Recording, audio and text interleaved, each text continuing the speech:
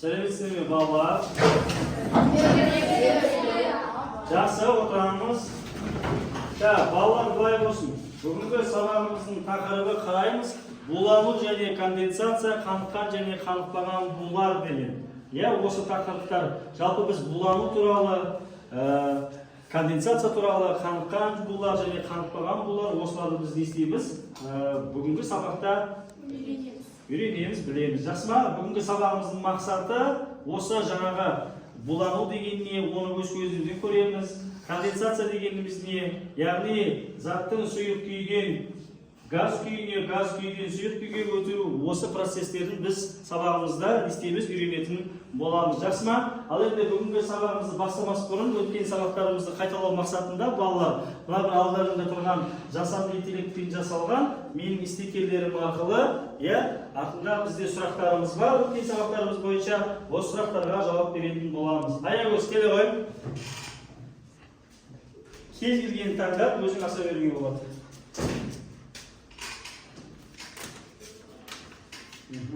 Сұрақ оқи ғой. 1 килограмм тас көмір мен 1 килограмм шымтезектің бөлінетін жылу мөлшері бірдей болады. Бірдей бола ма дейді. Жылу мөлшерлері бірдей бола ма? Болады.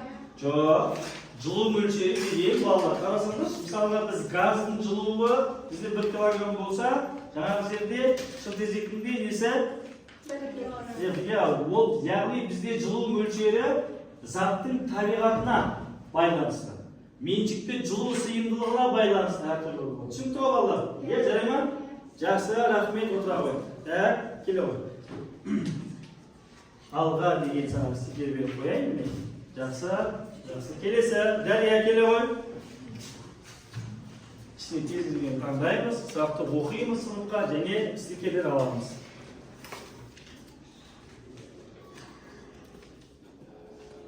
Сәтті бала ғой.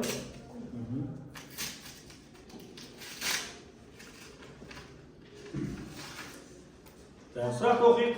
Отынның жылу мөлшерінің формуласы қандай? Отынның жылу мөлшерінің формуласы қандай? Балалар, кімнің есінде жылу мөлшері деген бізде қандай әріп болды? Q деген әріп болды. Енді Q тең жоқ, ол бізде қыздыру жылу мөлшері ғой. Бірақ бізде отынның жылу мөлшері деген қандай әріп формуласы? Отынның меншікті жану жылуы дегенді кішкентай Q деген әріппен белгілегенбіз. Және оны неге көбейтеміз әсемай? Массаға көбейтеміз. Сонда қандай болады? Үлкен Q тең, кіші Q көбейтілген неге? Массаға, яғни отынның жану жылуының формуласы Q тең, кіші Q көбейтілген масса. Жақсы, рахмет. Алға деген стикер беріп қояйық. Және жанына талпын деген стикер беріп қояйық. Жақсы, қошеметтеп қояйық. Жақсы, балалар, өткен сабағымызды қайталау мақсатында міне сұрақтарымызға жауап берілді. Енді мынау алдымызда тұрған суретке назар аударайық. Бүгінгі сабағымызды ашу мақсатында суретте не көріп тұрсыңдар? Булану, жаңағы міне ыстық су арқылы не болды бізде? Бу пайда болды. Және не болды бізде? Тағы да осындай процестер көп тұрсыңдар міне, булану болса. Келесі мысалға тағы да бір суретіміз бар мысалға. Келесі суретімізде де дәл осындай, не тұр бізде міне стакандардың ішінде не пайда болып тұр? Су тамшылары. Осы су тамшылары қалай пайда болады? Соны қазір біз не істейміз? Өз көзімізбен көреміз боламыз. Жақсы ма балалар? Қараймыз балалар. Давай осы жерде 3 топқа мен қазір 3 түрлі зат берейін. Осы жерде зертханалық шағын бір тапсырмалы болсын. Және бүгінгі сабағымызда осы зертхана арқылы тағы да түсініп алатын боламыз. Жақсы ма? Так, ыдысты беріп қояйық. Ыдысты бере саламыз. Жақсы, қасықты бере салыңдар. Так, сіздерге былай. Сіздерге шыны берген болады, шыны берген абайлаймыз, Так, балалар 3 топқа 3 түрлі, табиғаты 3 түрлі. Және біреуіңіз қазір пластмасты қоясыздар, екінші жаңағы шыныны қоясыздар, үшіншілеріңіз нені қоясыздар, темір қасықты қоятын боласыздар. Түсінікті ғой балалар, Яғни қазір мен ыстық суды былай құямын, Мадиса, ыстық суды құямыз. Және осы ыстық судың буына мынаны ұстаңыздар. Және сіздерде мына бақалға не істейсіздер? Ыстық су құямыз. Ыстық су құямыз да бетіне шыныны қойып қойыңыздар. сіздер мына ыстық суға қасықты ұстайсыздар. Осы буға, осы жаңағы мен берген 3 түрлі табиғат үш түрлі денелерді қойып жатырмыз. Яғни біз бүгінгі сабақты осы зертханалық тағда түсіндіретін боламыз. Жақсы, ұстаймыз. Бірінші топ ашып көрейік. Не пайда болды? Қарайсыңдар, шынын ұстап көрейік. Бірінші топ не пайда болып жатыр? Судан шығып жатқан ыстық буымыз неге айналып жатыр? Су тамшыларына айналып жатыр. Көп түсіндір ғой, е? Су тамшыларына айналып жатыр. Яғни бұл бізде конденсация құбылысы деп айтылады. Яғни сұйық күйден бізге жаңағы газ күйге, бу деп тұр ғой, мысалы. Ыстық судан бу пайда болады, газ күйден сұйық күйге не істеп жатыр? Айналып жатыр. Бұл қандай құбылыс? Конденсация. Жақсы, келесі екінші топ аша қояйық, ішіне су. Бұл жерде бізде ыстық судан буынан тамшылар суға пайда болды. Жақсы. Бұл бізде конденсация болады. Яғни біз конденсацияны өз көзімізбен көрдік. Жақсы, рахмет. Так, үшінші топ сіздер не қойдыңыздар? Қасық. Қасықты ашып қойып, ішкі жағында не пайда болды?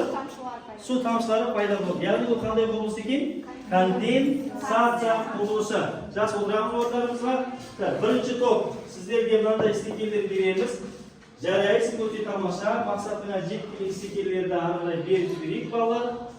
Сыныптастарымызға.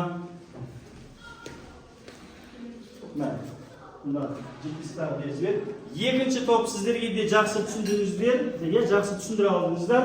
Яғни пластмасс ыдыстар болса да бізге не болды? Конденсация құбылысы анықталды. Дұрыс па?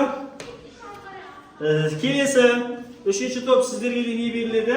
Андай стикерлер беріледі. Рахмет. Так.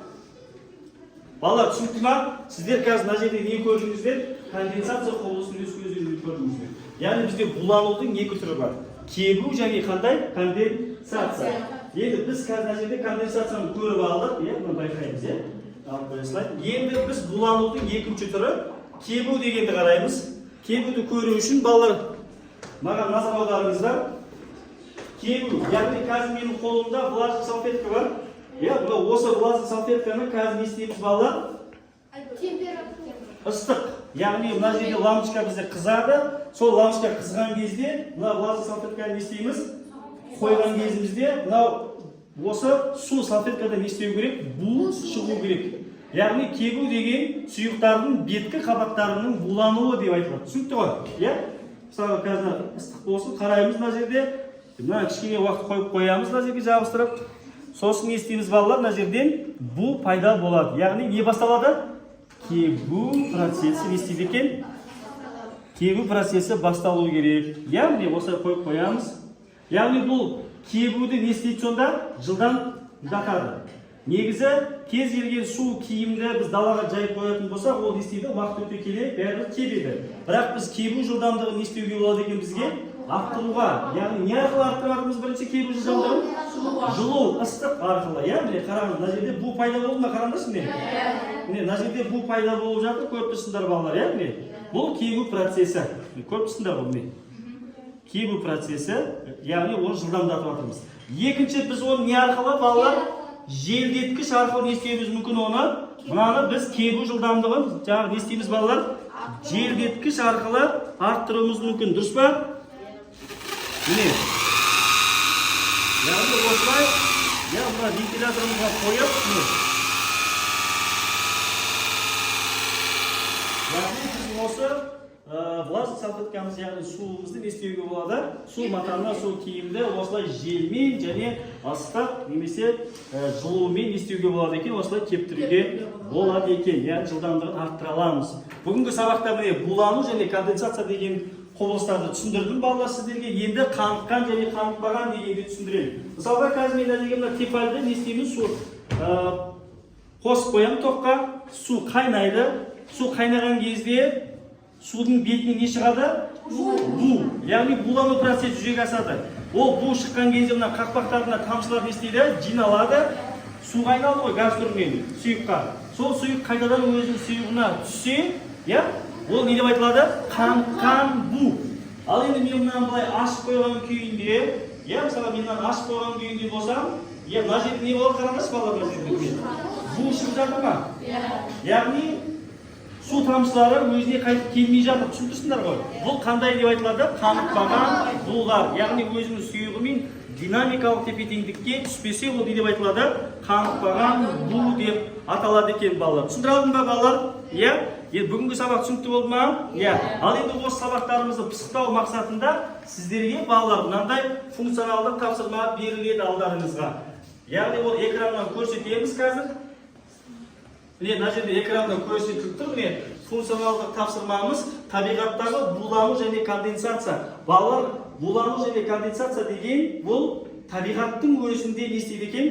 Ауысып, алмасып не істейді? Жүріп отырады екен. Күннен түскен сәуле көріп тұрсыңдар балалар, міне, күннен түскен сәуле арқылы жылу алды, су не істейді екен? Буланады. Бұл не істейді? Қайтадан бұлт түзіледі. Бұлттан бізге не жауады? Жаңбыр жауады. Түсінікті ма? Яғни табиғаттың өзі не екен бізге? Булану және конденсация деген осы құбылыс болып жатыр екен айналамызда. Түсінікті ма балалар? Иә. Осы суретке қарайсыздар, берілген ішіндегі мәтінмен танысасыздар, және мына жерде жеке-жеке тапсырмалар бар. Осы тапсырмаларды не істеуіміз керек? Орындауымыз керек. Жұптық тапсырма ретінде беріледі сіздерге. Әр жұпқа қазір түсіндіремін. Түсіндіремін балалар. Мына жерде былай болсын. Жұптық тапсырмалар. Әр қайсыларыңыз мәтінмен танысасыздар. Мәтінмен таныса отырып, астындағы жеке тапсырмаларды орындайсыз. Және мен сіздерді балалар мына дескриптивтік бақылауым бар, балалар көп тұрсыңдар, иә? Мысалға бағаларда тәжірибе жүзінде көрсеттіңдер оның маған, иә? Булануды, конденсацияны көрсеттіңдер ғой. Осы құбылысқа сендерге 3 балл берілді, 3 топқа 3 балл берілді.